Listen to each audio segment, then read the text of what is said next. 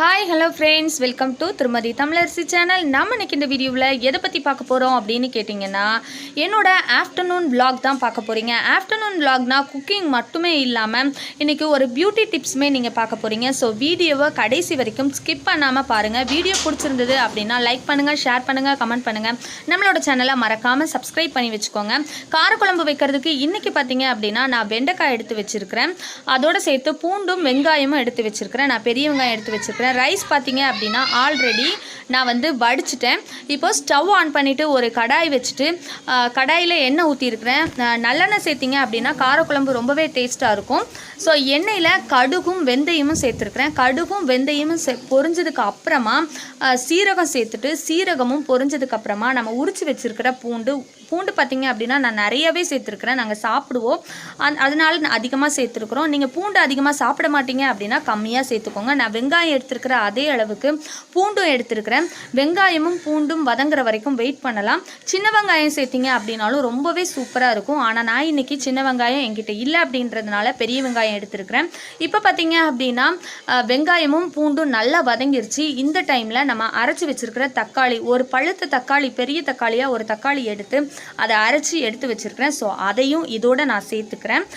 இதுவுமே நல்லா வதங்குற வரைக்கும் நம்ம வெயிட் பண்ணணும். ஸ்டவ்வை பார்த்திங்க அப்படின்னா ஒரு மீடியமான ஃப்ளேமில் வச்சுக்கோங்க. இது நல்லா வதங்கினதுக்கப்புறமா குழம்பு மசாலா எடுத்துருக்கிறேன். நான் தனித்தனியாக மிளகாய்த்தூள், மிளகாய்த்தூள், மல்லித்தூள் அப்படின்னு தனித்தனியாக சேர்த்தாமல் எல்லாமே மிக்ஸ் பண்ணி வச்சுருக்கிறேன்.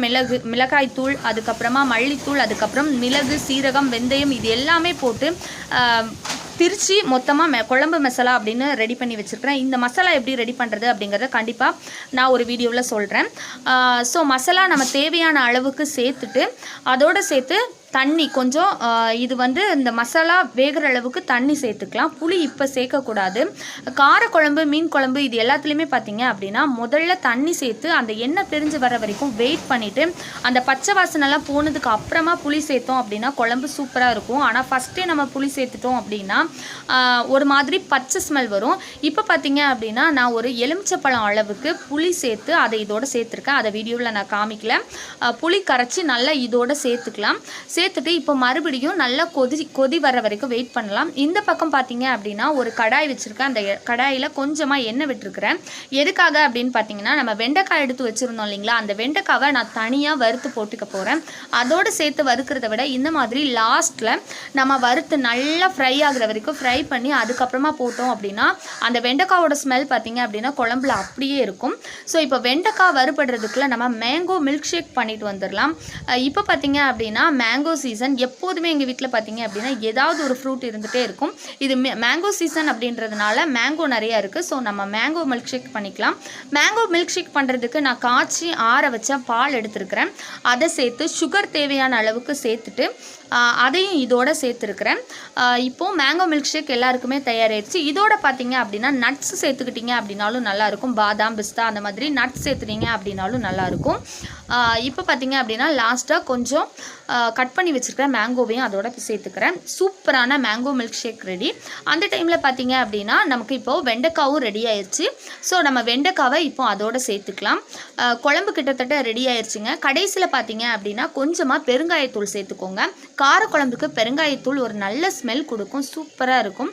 ஸோ பெருங்காயத்தூளும் சேர்த்துக்கோங்க. இப்போ பார்த்தீங்க அப்படின்னா இந்த பக்கம் கடாயில் நான் அப்பளம் பொரிக்கிறதுக்காக எண்ணெயும் ஊற்றி வச்சுருக்கிறேன். குழம்புல பார்த்தீங்க அப்படின்னா பெருங்காயத்தூள் சேர்த்துட்டு ஸ்டவ் ஆஃப் பண்ணிவிட்டு கொஞ்சமாக வெல்லம் சேர்த்துக்கோங்க. அதை நான் இதில் காமிச்சிருக்க மாட்டேன். கொஞ்சமாக வெல்லம் சேர்த்துட்டிங்க அப்படின்னா அந்த காரத்துக்கும் அந்த ஸ்வீட்டுக்கும் பார்த்தீங்க அப்படின்னா சூப்பராக இருக்கும் காரக்குழம்பு. சூப்பரான காரக்குழம்பு ரெடி. இப்போது நம்ம அப்பளம் பொரித்து எடுத்துக்கலாம்.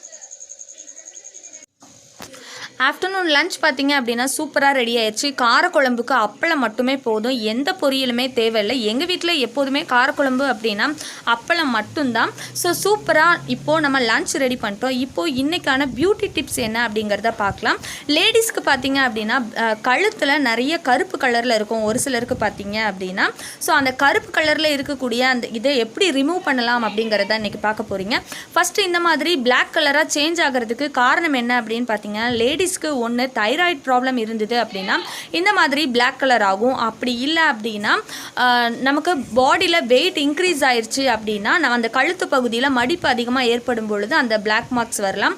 அதுக்கப்புறம் பார்த்தீங்க அப்படின்னா நம்ம நிறைய ஃபேஷன் ஜுவல்லரிஸ் யூஸ் பண்ணும்போது அந்த அலர்ஜி காரணமாக கூட இந்த மாதிரி பிளாக் கலர் ஸ்கின் வரலாம்.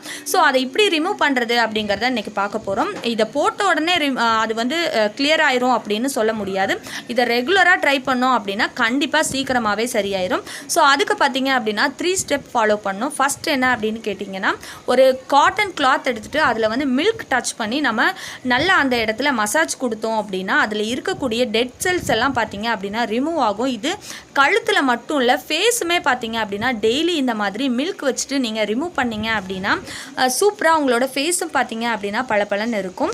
இப்போது நம்ம அதை தொடச்சி எடுத்துகிட்டு வாஷ் பண்ணிவிட்டு அதுக்கப்புறம் நல்ல ஒரு கிளாத் வச்சுட்டு நம்ம தொடச்சிட்டு அதுக்கப்புறமா செகண்ட் ஒன் என்ன அப்படின்னு கேட்டிங்கன்னா, இந்த மாதிரி டொமேட்டோவில் சுகர் டிப் பண்ணி அதை வந்து அதே மாதிரி மசாஜ் கொடுத்துட்டே இருக்கணும். ஒரு 2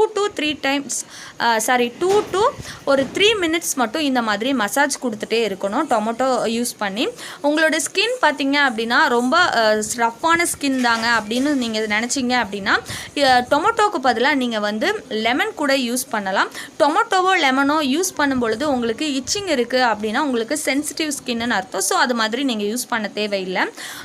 இந்த மாதிரி நல்லா மசாஜ் கொடுத்துட்டு எந்தெந்த இடத்துலலாம் பிளாக் இருக்குதோ அந்தந்த இடத்துலலாம் மசாஜ் கொடுத்துட்டு அதுக்கப்புறம் இதையும் வாஷ் பண்ணிவிட்டு நம்ம பார்த்தீங்க அப்படின்னா ஒரு பேக் ஒன்று ரெடி பண்ணி வச்சுருக்கோம். அதுக்கப்புறமா அதை அப்ளை பண்ண போகிறோம். என்ன அப்படின்னு பார்த்தீங்கன்னா, ரைஸ் ஃப்ளாரும் அதுக்கப்புறம் காஃபி பவுடரும் எடுத்து வச்சுருக்கோம். இதை ரெண்டையும் சேர்த்து மிக்ஸ் பண்ணி நம்ம பவுலில் எடுத்து வச்சுருக்கிறோம். ஸோ இப்போ இதை வாஷ் பண்ணிவிட்டு வந்துட்டு நம்ம அந்த பேக்கை யூஸ் பண்ணலாம். எனக்கு பார்த்தீங்க அப்படின்னா இந்த பிளாக் மார்க்ஸ் இப்போ தான் வர ஆரம்பிச்சிருக்குது. ஸோ ஸ்டார்டிங்லேயே நம்ம பார்த்து சரி பண்ணிட்டோம் அப்படின்னா ரொம்ப நல்லாயிருக்கும். நம்ம எப்போதுமே ஃபேஸை கேர் எடுத்துக்கிற அந்த அளவுக்கு நம்மளோட கழுத்து பகுதியை நம்ம கேர் எடுத்துக்கிறதே இல்லை. ஆனால் ஃபேஸ்க்கு எந்த அளவுக்கு முக்கியத்துவம் கொடுக்குறோமோ அதே அளவுக்கு கழுத்துக்கும் முக்கியம் கொடுத்தோம் அப்படின்னா நம்மளோட ஃபேஸும் நம்மளோட கழுத்தும் பார்த்தீங்க அப்படின்னா ஒரே மாதிரி மெயின்டைன் ஆகும். பார்க்குறதுக்கு ஒரே கலரில் இருக்கும். ரெண்டும் பார்த்தீங்க அப்படின்னா ரொம்ப டிஃப்ரெண்ட் கலர்ஸாக இருக்கும். எனக்கு பார்த்தீங்க அப்படின்னா இப்போ வெயிட் இன்க்ரீஸ் ஆகிருக்கிறதுனால எனக்கு இந்த பிளாக் மார்க்ஸ் வந்திருக்குது அப்படின்னு நினைக்கிறேன். ஸோ இப்போ நான் வெயிட் லாஸ் டிப்ஸும் நான் அடுத்தடுத்த வீடியோவில் நான் கண்டிப்பாக உங்களுக்கு சொல்கிறேன். இந்த பேக் நல்லா யூஸ் பண்ணிவிட்டு அதை ட்ரை ஆக விட்டுட்டு மேக்ஸிமம் ஒரு 15 to 20 மினிட்ஸ் நீங்கள் வெயிட் பண்ணுங்கள். வெயிட் பண்ணிவிட்டு இதை வாஷ் பண்ணிவிட்டு வந்து பார்க்கலாம் எந்த அளவுக்கு உங்களுக்கு சேஞ்சஸ் தெரியும் அப்படின்னு பார்க்கலாம். ஃபஸ்ட் டைம் நீங்கள் யூஸ் பண்ணும்போதே பார்த்தீங்க அப்படின்னா ஓரளவுக்கு நல்ல ஒரு சேஞ்சஸ் தெரியும் உங்களுக்கு. அதுக்கப்புறமா வீக்லி ஒரு 2 to 3 டைம்ஸ் நீங்கள் வீக்லி யூஸ் பண்ணிங்க அப்படின்னா கூடிய சீக்கிரமாகவே சரியாயிடும். வாஷ் பண்ணிவிட்டு வந்ததுக்கு அப்புறமா பாருங்கள் ஃபஸ்ட்டு இருந்ததுக்கும் இப்போவும் எந்த அளவுக்கு டிஃப்ரெண்ட் இருக்குது அப்படின்னு தெரியும். ஸோ வீக்லி ஒரு 2 to 3 டைம்ஸ் யூஸ் பண்ணுங்கள். கண்டிப்பாக ரொம்பவே ஹெல்ப்ஃபுல்லாக இருக்கும். இது பார்த்தீங்க அப்படின்னா ஆலோவேரா ஜெல். இது பார்த்தீங்க அப்படின்னா ஒரு மாய்ஸ்சரைசர் க்ரீமாக நான் யூஸ் பண்ணுறேன் பாடிக்கு.